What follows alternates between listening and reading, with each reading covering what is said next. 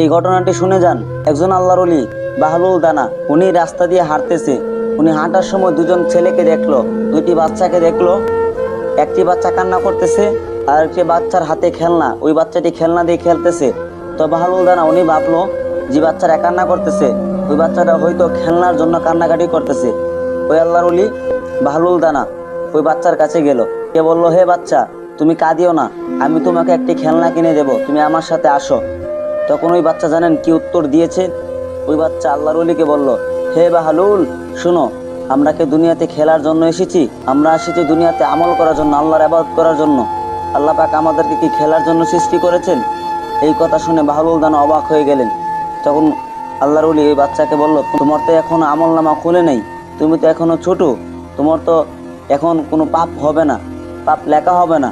তখন ওই বাচ্চা আবার কে উত্তর দিলে জানেন?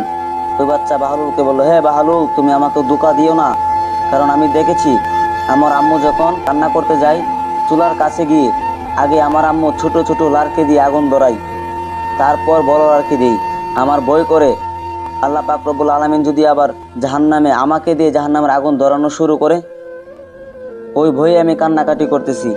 প্রিয় এই ইসলামী ভাইয়েরা, একবার চিন্তা করুন ওই বাচ্চাটার ভিতরে কতটুকু জ্ঞান, কতটুকু আখেরাতের বই। আমাদের ভিতর কি সেই বই আছে?